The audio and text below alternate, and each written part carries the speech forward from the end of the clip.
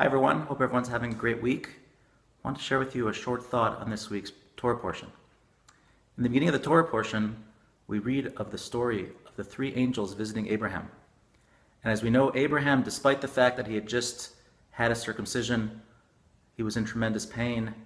Despite that fact, he went and provided for them lavish meal, delicacies, slaughtering 3 cows to give each one of the angels the tongue, which is the most delicious part of the cow on their own.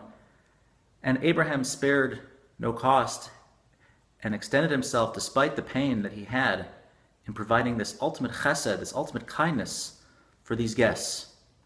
But when it came time to give water to the guests, the Torah says that Abraham asked from the angels, Yukach na ma'at mayim, take a little bit of water. And the obvious question is, why all of a sudden is Abraham getting stingy on the water? Here he is providing so much food for these guests, so much meat, so much bread. But when it came down to giving them water, he says, just take a little bit. And our sages tell us that when it came to the water, Abraham asked his son Yishmael to get the water. And Abraham didn't get the water by himself, but rather he asked someone else.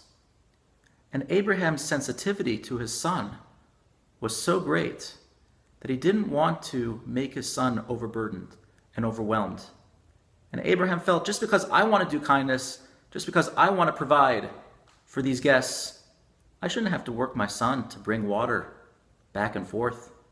So he said, take a little bit of water. And Abraham is teaching us an extremely powerful lesson. He said, even though he wanted to do chesed, he wanted to do kindness, that kindness shouldn't come at the expense of others. That kindness shouldn't be causing his son pain and aggravation.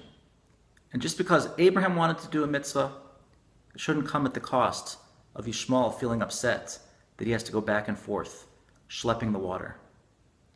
There's a story told of Rabbi Yisrael Salanter that he was at a Shabbos table, he was a guest at someone's home.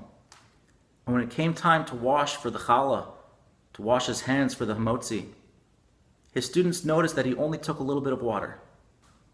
And they asked him, why are you taking only a little bit of water to wash your hands? We thought that you're supposed to use an abundance of water.